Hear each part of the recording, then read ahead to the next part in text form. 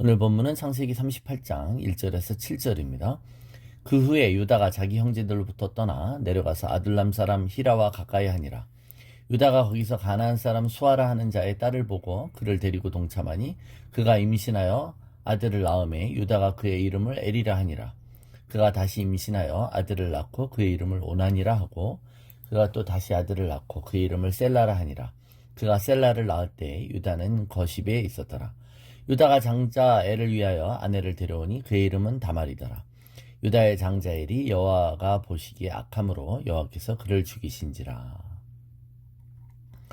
자, 오늘부터 창세기 38장입니다. 네. 창세기 38장은 이미 37장에서 요셉의 얘기가 시작되어 있잖아요. 자, 요셉의 얘기를 하다가 갑자기 늙은 유다의 이야기를 하는 곳입니다. 아마 유다 얘기가 갑자기 삽입된 것은 나중에 남북 왕조 중에 남왕조가 유다 지파 위주로 가죠. 또 유다 지파는 다름 아닌 예수님이 오시는 지파입니다. 그래서 유다 지파의 그 얘기를 안 할 수 없는 것이죠. 자, 1절에 보면 근데 유다가 자기 형제들로부터 떠났다라고 얘기합니다. 그 후에 유다가 자기 형제들로부터 떠났다. 이유는 모르지만 그가 형제들과의 신앙의 어떤 공동체 생활을 버리고 가나안에 가서 정착을 하게 되었다고 기록되어 있습니다. 왜 유다가 야곱의 다른 아들들, 즉 자신의 형제들의 곁을 떠났는지는 잘 안 나와 있어요. 혹 형제들로부터 시험이 들었는지, 또는 유다가 마음대로 살고 싶은데 너무나 또 이 신앙의 공동체가 너무 제약이 많은 게 싫었던지, 그 이유는 잘 모르지만 그는 가나안 여자 수아의 딸과 결혼했다라고 말하고 있죠. 예. 그래서 아들을 셋 낳았습니다. 아들 엘과 오난 그리고 셀라를 낳았다고 기록하고 있습니다. 예. 그리고 첫째 아들인 엘을 다말이라고 하는 여자와 결혼시켰다고 말하죠. 그런데 그 첫째 아들은 여호와 보시기에 악을 행하여 여호와께서 죽이셨다라고 오늘 본문에 나와 있습니다. 자, 근데 이 내용이 뜻하는 바가 성경의 다른 곳에 비슷한 얘기가 있죠. 아마 이 실제로 창세기 38장의 시대보다 훨씬 뒤의 얘기죠. 사사시대의 이야기입니다. 그것을 기록한 책이 있어요. 그게 바로 룻기입니다. 룻기의 얘기는 엘리멜렉이라고 하는 어떤 한 유대인 부자가 흉년이 들자 자신의 부를 가난한 자들과 나누기 싫어서 재산을 정리하고 모압 땅으로 이사를 갔다라고 얘기하죠. 그래서 이사를 가 거기서 정착을 합니다. 네. 근데 그의 부인은 나오미이고 자신의 두 아들을 모압 여자와 결혼시킵니다. 그런데 이 엘리멜렉이 자신의 두 아들과 함께 징계를 받아 죽었다고 얘기하죠. 그래서 나오미와 졸지의 두 아들의 부인이었던 과부, 그 며느리들, 그래서 과부 세 사람만 그 가정에 남게 되었다라고 얘기하는 것이죠. 그런데 그중 모압 여인인 룻이 다시 데리고 히브리 공동체로 들어온다는 얘기 아닙니까?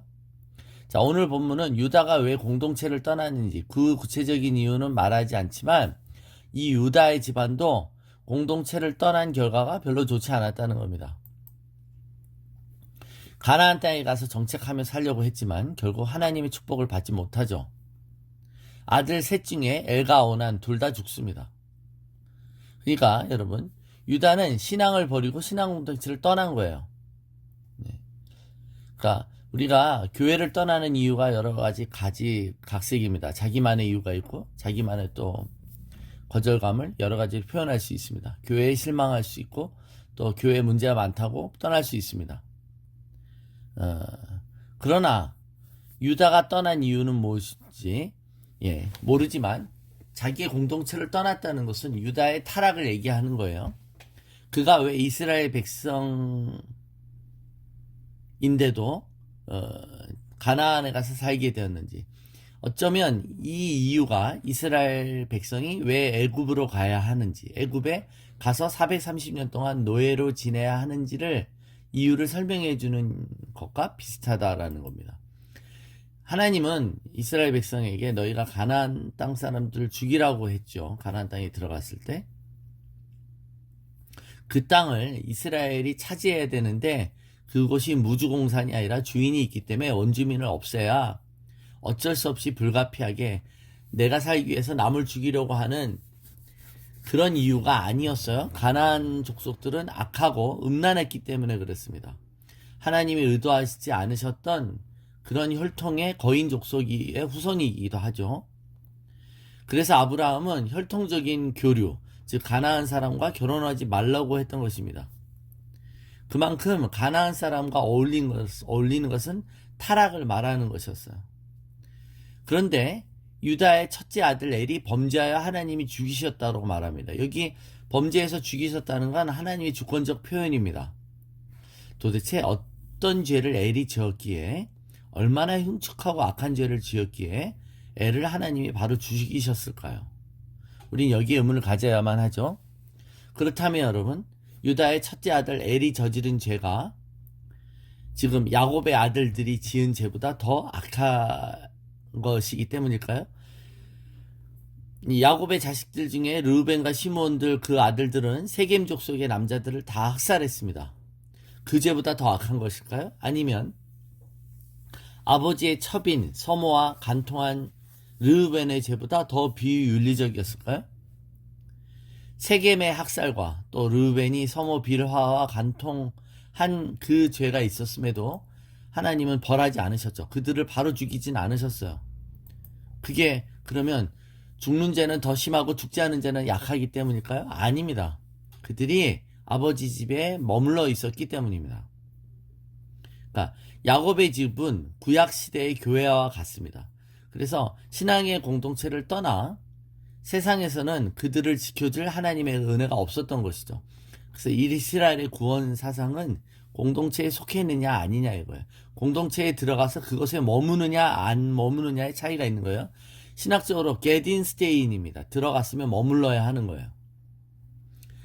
우리가 룻기의 엘리멜렉이라는 사람도 공동체를 떠났다고 했잖아요. 모압 땅에 갔어요. 그러자 아들 둘과 함께 세 부자가 다 죽는 것이죠.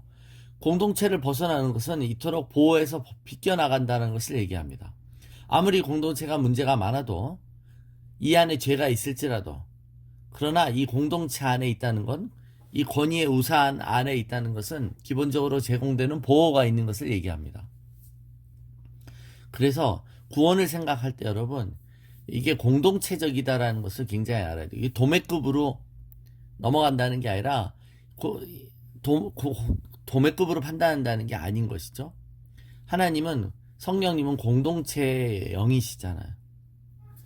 그래서 공동체를 결코 무시할 수 없다라는 걸 얘기하는 겁니다. 사도 바울은 고린도서 5장에 성적인 범죄를 저지른 교인을 교회에서 내쫓으라고 말합니다. 그럴 때 그가 쓴 표현이 있어요. 그를 사단에게 내주라고 합니다. 그 말은 무슨 말이죠? 자기 하고 싶은 대로 마음대로 하게 냅두라는 뜻입니다. 하나님의 공동체에 신실하게 속해 있다는 것은 유혹과 시험으로 자동적으로 보호받는다는 것을 말하는 것이죠. 그러므로 아무리 교회 나가는 것이 귀찮고 힘들어도 공동체에 속해 있어야 돼요. 그게 중요한 거예요. 그럼 내가 믿음의 공동체에 속해 있다는 것을 우리가 어떻게 확인할 수 있죠? 이게 내가 그냥 교회 가서 예배만 드리고 어떤 사람과 관계도 하지 않는 것을 말하는 걸까요? 아닙니다. 그죠? 내가 교회를 나와도 안 나와도 누가 나왔는지 안 나왔는지 신경도 안 쓰는 그런 교회에 속하기를 사람들은 원하죠. 부담이 없으니까. 그런데 부담이 없으면 멤버십도 없는 거예요. 소속이 없는 거라니까요.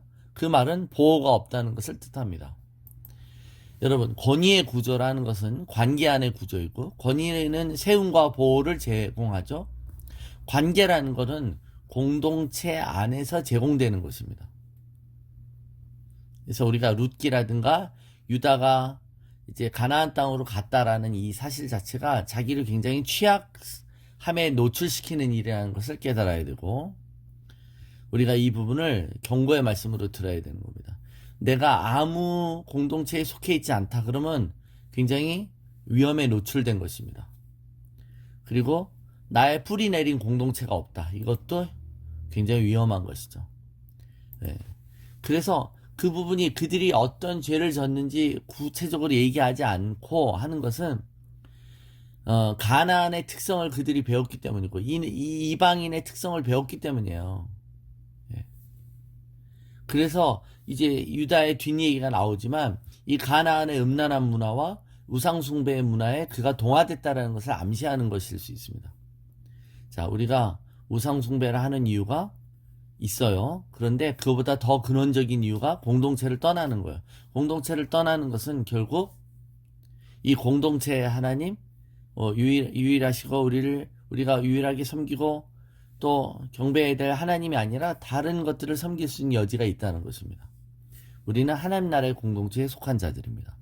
그러므로 공동체의 뿌리를 받고 떠나지 않기로 길을 쓰고서라도 떠나지 않아야 되는 줄로 믿습니다.